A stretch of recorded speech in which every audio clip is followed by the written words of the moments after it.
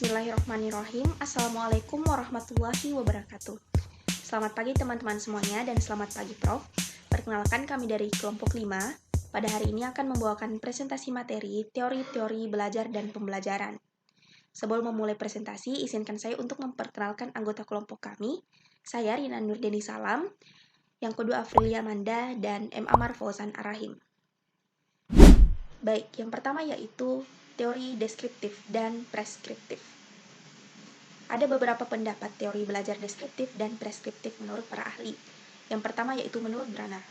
Menurut Branner, teori pembelajaran adalah preskriptif dan teori belajar adalah deskriptif. Preskriptif karena tujuan utama dari teori pembelajaran adalah menetapkan metode pembelajaran yang optimal, sedangkan deskriptif karena tujuan utama dari teori belajar adalah menjelaskan proses belajar. Yang kedua yaitu menurut Reigelut. Menurut Reigelut, teori preskriptif adalah goal-oriented, sedangkan teori deskriptif adalah goal-free.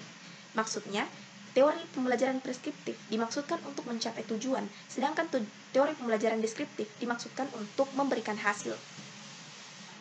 Baik, yang terakhir yaitu menurut Simon pada tahun 1989. Simon mengemukakan bahwa perbedaan serupa dengan memaparkan persamaan karakteristik dari a prescriptive science dan membandingkan dengan karakteristik dari a descriptive science. Dalam kerangka ini, dinyatakan bahwa teori pembelajaran termasuk teori preskriptif yang berpasangan dengan teori belajar yang termasuk ke dalam teori deskriptif. Dalam ilmu preskriptif terlibat 3 jenis profesi, yaitu ilmuwan, teknolog, dan teknisi. Teori belajar menaruh perhatian pada hubungan di antara variabel-variabel yang menentukan hasil belajar. Teori belajar menaruh perhatian pada bagaimana seseorang belajar, sedangkan teori pembelajaran menaruh perhatian pada bagaimana seseorang mempengaruhi orang lain untuk belajar. Jadi teori pembelajaran berurusan langsung dengan upaya mengontrol variabel-variabel. Baik, materi selanjutnya akan dibawakan oleh M. Amar Fauzan Arahim. Time is yours. Baik, nama saya Muhammad Amar Fauzan dan saya akan menjelaskan mengenai teori belajar behavioristik. Jadi, belajar behavioristik mengacu pada proses pembentukan perilaku yang didasarkan pada teori behavioristik. Dalam konteks teori ini, belajar didefinisikan sebagai perubahan dalam perilaku yang terjadi sebagai hasil dari interaksi antara individu dan lingkungannya. Proses belajar ini dilihat sebagai pembentukan asosiasi antara stimulus atau rangsangan dan respons yang dipicu oleh stimulus tersebut. Jadi terdapat 5 tokoh-tokoh teori yang kami ambil, yaitu Pavlov, Edwin Gately, Watson, Skinner, dan Thorndike. Teori belajar behavioristik menurut Ivan Pavlov didasarkan pada eksperimennya dengan anjing pada awal abad ke-20, yang dikenal sebagai teori conditioning klasik atau conditioning Pavlovian. Pavlov awalnya adalah seorang ahli dalam fisiologi pencernaan dan secara tidak sengaja menemukan teori belajar ini saat melakukan penelitian tentang pencernaan anjing.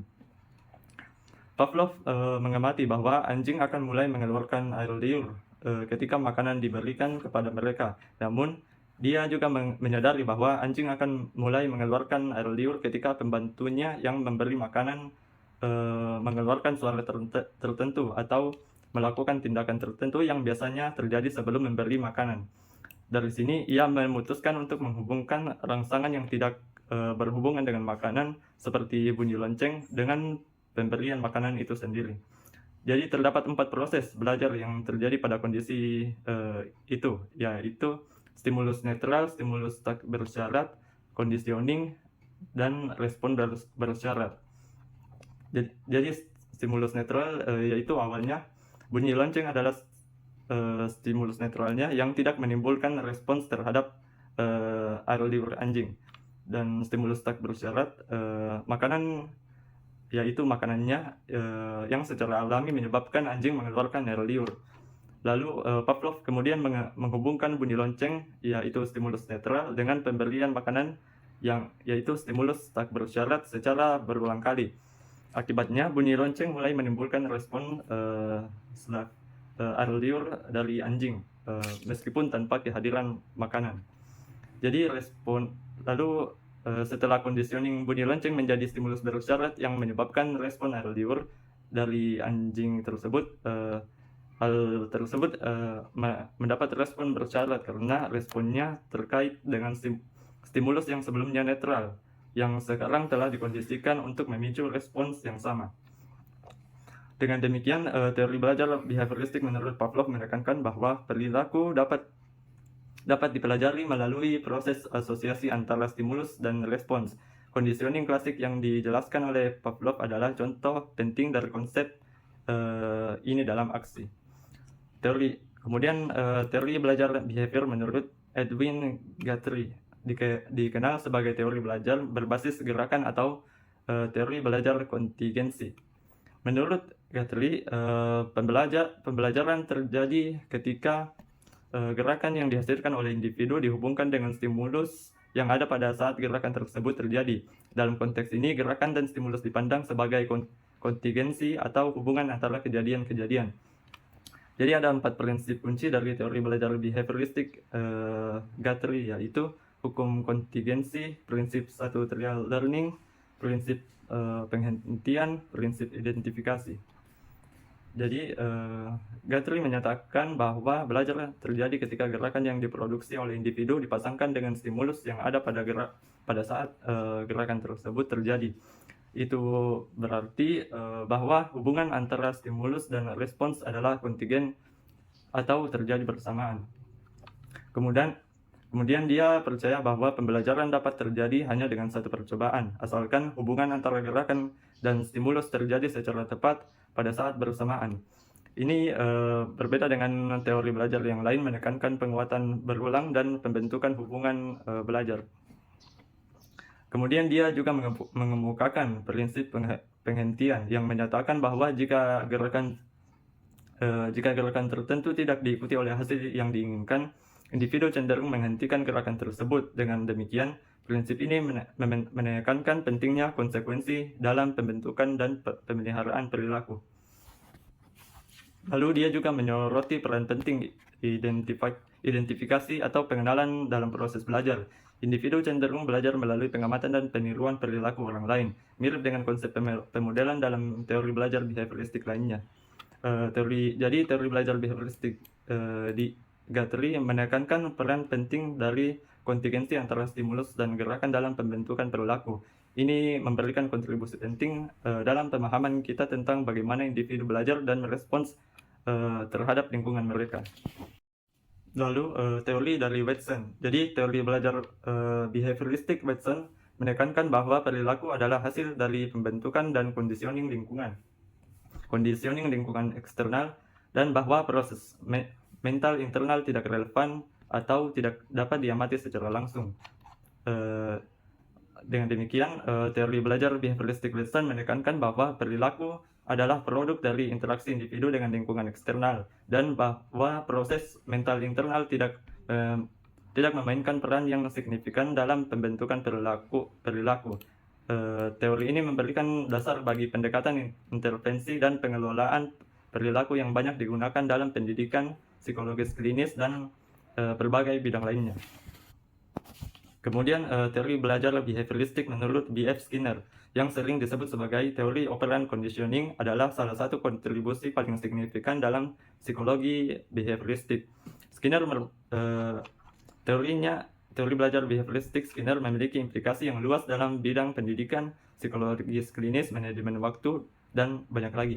Pendekatan Skinner terhadap operant conditioning memberikan kerangka kerja yang kuat untuk memahami pembentukan, pemeliharaan, dan perubahan perilaku, serta untuk merancang intervensi yang efektif untuk mengubah perilaku yang tidak diinginkan. Lalu teori belajar behavioristik menurut Thorndike, yang juga dikenal sebagai teori koneksionisme atau teori belajar instrumental, berfokus pada asosiasi antara stimulus dan respons serta konsekuensi dari respons tersebut. Beberapa poin kunci dalam teori belajar behavioristik Thorndike meliputi hukum efek, hukum latihan, pola respon, dan pembentukan asosiasi. Thorndike menekankan bahwa perilaku yang diikuti oleh konsekuensi menyenangkan atau memuaskan cenderung diperkuat dan akan lebih mungkin terjadi di masa depan. Sementara perilaku yang diikuti oleh konsekuensi tidak menyenangkan cenderung dihambat oleh dihambat atau dilemahkan. Hal itu konsep dasar dari penguatan dalam teori belajar behavioristik dia.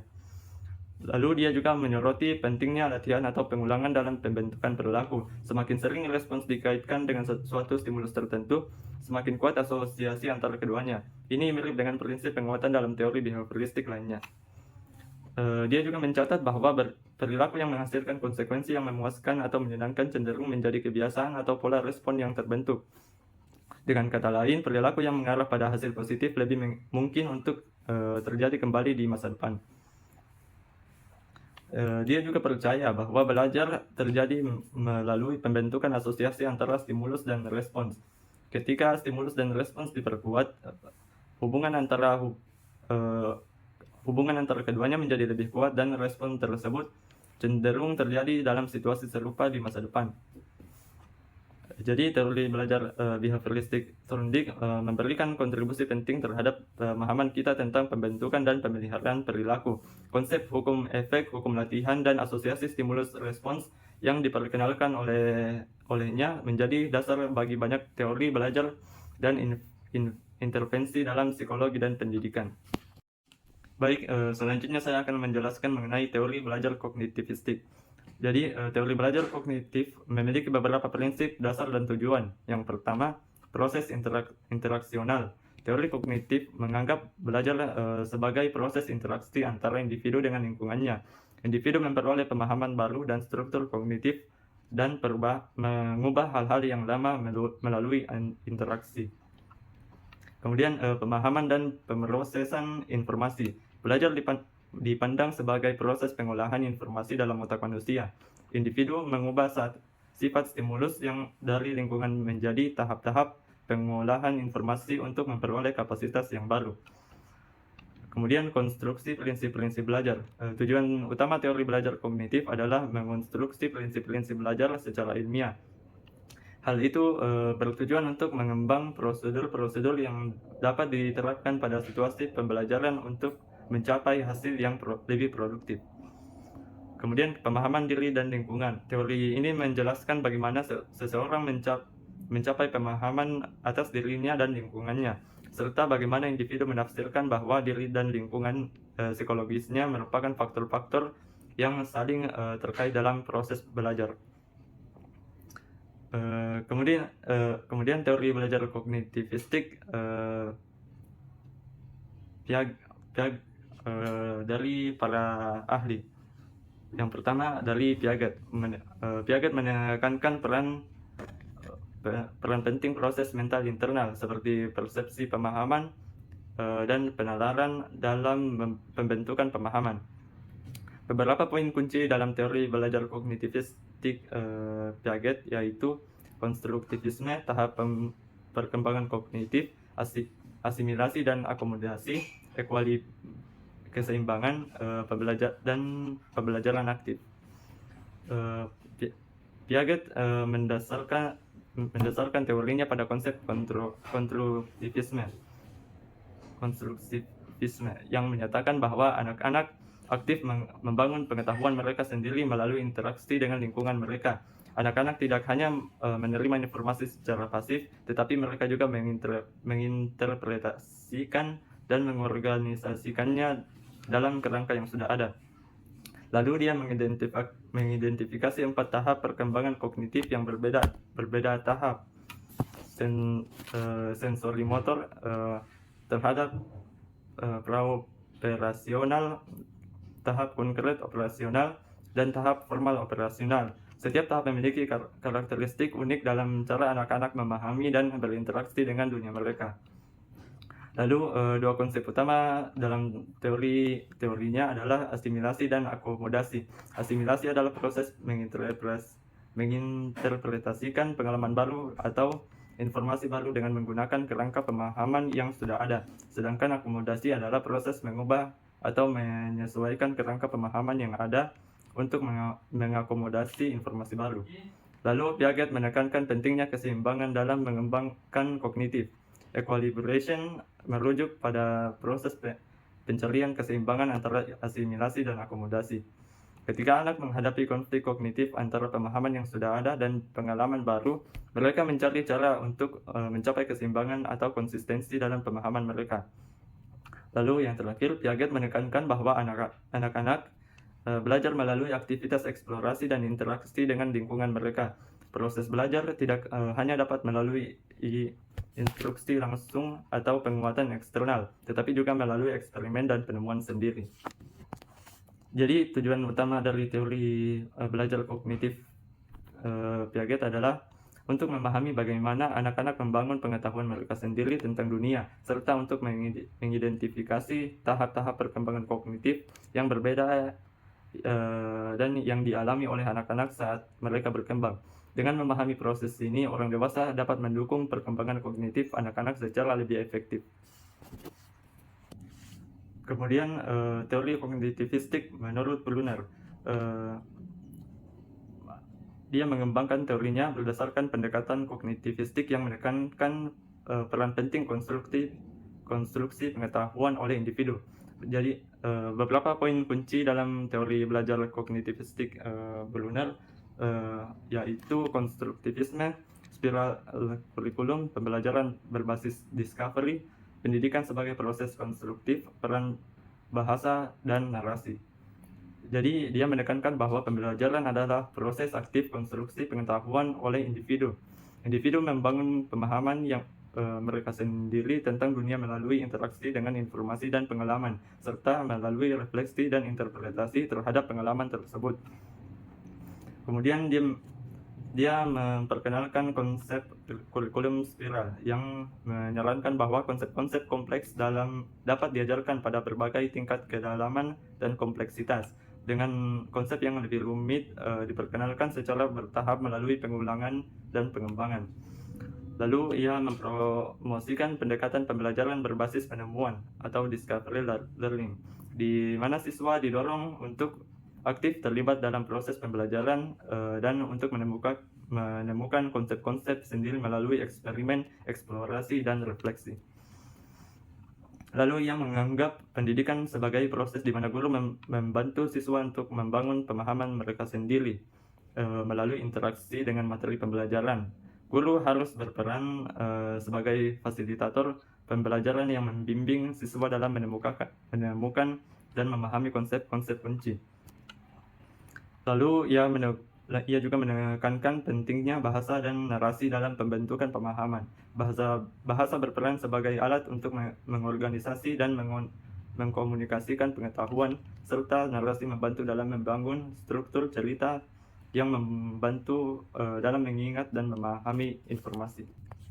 Jadi tujuan utama dari teorinya, teori Brunner adalah untuk memahami dan meningkatkan proses pembelajaran siswa dengan memperhatikan peran konstruksi pengetahuan, penemuan, dan interaksi dengan lingkungan belajar. Dengan pendekatan ini, ia berharap dapat membantu siswa untuk menjadi pembelajar yang lebih efektif dan mandiri. Baik, kemudian teori belajar kognitivistik menurut Robert M. Gagne, yang dikenal sebagai teori gerak dan pembelajaran atau conditions of learning, menekankan strukturisasi pembelajaran dalam tahapan-tahapan yang terorganisir secara sistematis. Beberapa poin kunci dalam teori belajar kognitif menurut Robert M. Gagne yaitu hierarki tujuan pembelajaran, penggunaan pengaturan kognitif, kondisi pembelajaran, pengajaran berbasis tugas, prinsip-prinsip desain dan prinsip-prinsip desain instruksional. Jadi tujuan utama dari teori belajar kognitivistik menurut Robert M. Gagne adalah untuk membantu merancang instruksi yang efektif dan sistematis dengan memperhatikan proses kognitif siswa, dengan memanfaatkan hierarki tujuan pembelajaran dan kondisi pembelajaran yang sesuai. Pengajaran dapat dirancang untuk mengoptimalkan pencapaian tujuan-tujuan pembelajaran. Baiklah, kemudian teori belajar kognitivistik menurut David Ausubel yang dikenal sebagai teori pembelajaran meaningful, menyoroti pentingnya pengorganisasian pengetahuan baru dalam konteks pengetahuan yang sudah ada dalam pikiran individu. Beberapa poin kunci dalam teori belajar kognitivistik menurut Ausubel yaitu pengorganisasian pengetahuan, pembelajaran berarti advanced organizer, subsumption, dan pembelajaran verbal. Osborne menekankan bahwa pembelajaran yang berarti terjadi ketika pengetahuan baru diintegrasikan ke dalam struktur pengetahuan yang sudah ada dalam pikiran individu. Pengetahuan baru harus terkait dengan konsep-konsep yang sudah dikenal atau ada dalam pikiran siswa. Osborne percaya bahwa pembelajaran yang memiliki arti terjadi ketika siswa dapat memahami hubungan antara konsep-konsep baru dan pengetahuan yang sudah dimilikinya. Pembelajaran tersebut memungkinkan siswa untuk membuat hubungan yang signifikan antara pengetahuan baru dan pengalaman sebelumnya. Kemudian Osborne mengusulkan penggunaan advanced organizers, yaitu struktur dan kerangka konseptual yang disajikan sebelum pembelajaran untuk membantu siswa mengorganisir dan memahami materi baru.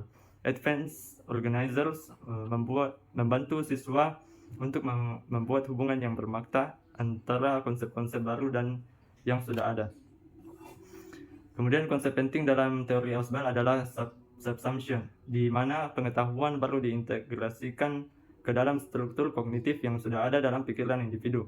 Proses ini melibatkan pengorganisasian pengetahuan baru di bawah konsep-konsep yang lebih luas dan abstrak yang dikenal. Kemudian Osborne menyoroti peran penting bahasa verbal dalam pembelajaran yang memiliki arti. Pembelajaran yang efektif terjadi melalui penyajian informasi secara verbal yang jelas dan terstruktur, yang memungkinkan siswa yang mengaitkan konsep-konsep baru dengan pengalaman dan pengetahuan yang sudah ada. Jadi tujuan utama dari teori belajar kognitivistik menurut Osborne adalah untuk membantu siswa memahami dan mengorganisir pengetahuan secara bermakna, sehingga mereka dapat menggunakan pengetahuan tersebut secara efektif dalam pemecahan masalah dan aplikasi di dunia nyata.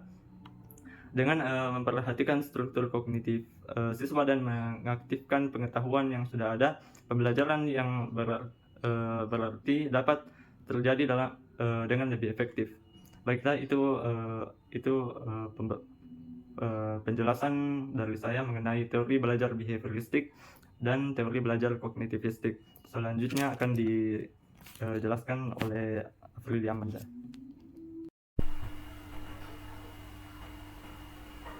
Baik, saya akan melanjutkan ke bagian yang selanjutnya, yaitu bagian D, teori belajar humanistik. Nah, proses belajar humanistik memusatkan perhatian kepada diri peserta didik sehingga menitik beratkan kepada kebebasan individu. Teori humanistik menekankan kognitif dan afektif memengaruhi proses pembelajaran. Kognitif adalah aspek penguasaan ilmu pengetahuan, sedangkan afektif adalah aspek sikap yang keduanya perlu dikembangkan dalam membangun individu. Belajar akan dianggap berhasil jika si pelajar memahami lingkungannya dan dirinya sendiri. Hal yang penting lagi pada proses pembelajaran humanisme adalah harus adanya motivasi yang diberikan agar peserta didik dapat terus menjalani pembelajaran dengan baik.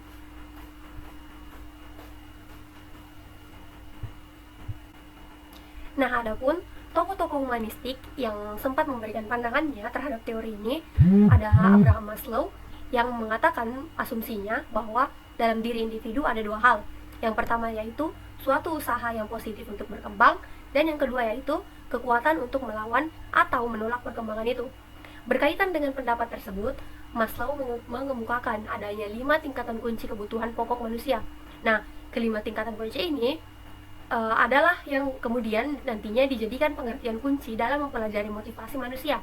Karena sesungguhnya dalam teori humanistik yang dikemukakan oleh Maslow ini sangat diperlukannya motivasi. Yang kemudian adalah teori dari Carl Sam Rogers yang mengemukakan bahwa kebutuhan individu ada 4, yaitu yang pertama pemeliharaan, yang kedua peningkatan diri, yang ketiga penghargaan positif, dan yang keempat yaitu penghargaan diri yang positif. Jadi yang ketiga adalah penghargaan positif dan yang keempat adalah penghargaan diri yang positif. Nah, belajar yang paling berguna secara sosial di dalam dunia modern ini adalah belajar mengenai proses belajar, suatu keterbukaan yang terus-menerus terhadap pengalaman dan penyatuannya ke dalam diri sendiri mengenai proses perubahan itu sendiri. Kemudian ada teori dari Arthur Combs yang mengemukakan bahwa belajar terjadi bila mempunyai arti bagi individu. Guru tidak bisa memaksakan materi yang tidak disukai atau tidak relevan dengan kehidupan siswanya. Untuk mengerti tingkah laku manusia, yang penting untuk diketahui dari guru adalah mengerti bagaimana dunia ini dilihat dari sudut pandang siswanya. Baik, selanjutnya yaitu teori belajar konstruktivistik. Nah, konstruktivisme itu berasal dari kata to construct yang artinya membangun atau menyusun. Menurut von Glaserveld, konstruktivisme ini merupakan salah satu filsafat pengetahuan yang menekankan bahwa pengetahuan kita adalah konstruksi atau bentukan kita sendiri. Pengetahuan itu menurut ahli ini dibentuk oleh struktur konsep seseorang sewaktu berinteraksi dengan lingkungan. Nah, jadi tujuan dari teori belajar ini adalah untuk menumbuhkan motivasi peserta didik, mengembangkan motivasi dan kemampuan mereka untuk menjadi pemikir yang mandiri atau yang tidak harus terus-menerus distimulus. Nah, teori ini merupakan teori belajar yang mencoba menjelaskan bagaimana peserta didik harusnya belajar dengan cara membangun diri mereka untuk memahami diri mereka sendiri. Nah, kemudian ada beberapa tokoh-tokoh pada teori belajar konstruktivisme ini. Yang pertama itu Jean Piaget yang mengatakan bahwa peran guru dalam pembelajaran menurut konstruktivisme adalah sebagai fasilitator atau moderator, yang mana nantinya guru akan mendukung proses mengkonstruksi dari siswa. Adapun proses mengkonstruksi ini sebagaimana dijelaskan oleh Jean Piaget mencakup yang pertama itu skemata atau sekumpulan konsep yang digunakan ketika berinteraksi dengan lingkungan atau proses membangun pemikiran-pemikiran. Kemudian ada asimilasi, yaitu proses kognitif di mana seorang mengintegrasikan persepsi atau konsep ataupun pengalaman baru ke dalam skema atau pola yang sudah ada dalam pikirannya. Yang selanjutnya itu ya ada akomodasi, yaitu akomodasi terjadi untuk membentuk skema baru yang cocok dengan rangsangan yang baru atau memodifikasi skema yang telah ada sehingga cocok dengan rangsangan itu. Kemudian ada keseimbangan, adalah bentuk asimilasi dan akomodasi, di mana keadaan tidak seimbang antara proses asimilasi dan komunikasi. Nah, proses keseimbangan ini yang menyatukan ketidakseimbangan tersebut. Kemudian ada teori dari Vygotsky yang mengatakan bahwa peserta didik dalam mengkonstruksi suatu konsep perlu memperhatikan lingkungan sosial mereka. Nah, kemudian Vygotsky ini menyatakan bahwa konsep penting yang perlu diperhatikan adalah yang pertama zone of proximal development, adalah jarak antara level perkembangan aktual yang ditentukan melalui pemecahan masalah secara mandiri dan level potensi perkembangan yang ditentukan melalui pemecahan masalah dengan bantuan orang dewasa atau kerjasama dengan teman sebaya yang lebih mampu. Kemudian ada scaffolding, di mana individu diberi bantuan secara bertahap dengan pengetahuan awalnya, kemudian diberi dorongan atau motivasi dan evaluasi beserta penguraian masalah agar peserta didik ini lebih bertanggung jawab dan bisa lebih berkembang lagi. Nah, baik, saya rasa sekian. Untuk selanjutnya saya serahkan ke moderator. Itulah tadi pemaparan dari kelompok kami tentang teori-teori belajar dan pembelajaran. Semoga apa yang kelompok kami paparkan dapat bermanfaat dan dapat teman-teman pahami. Jika ada pertanyaan, teman-teman bisa mengajukan pertanyaannya melalui grup WhatsApp. Terima kasih. Wassalamualaikum warahmatullahi wabarakatuh.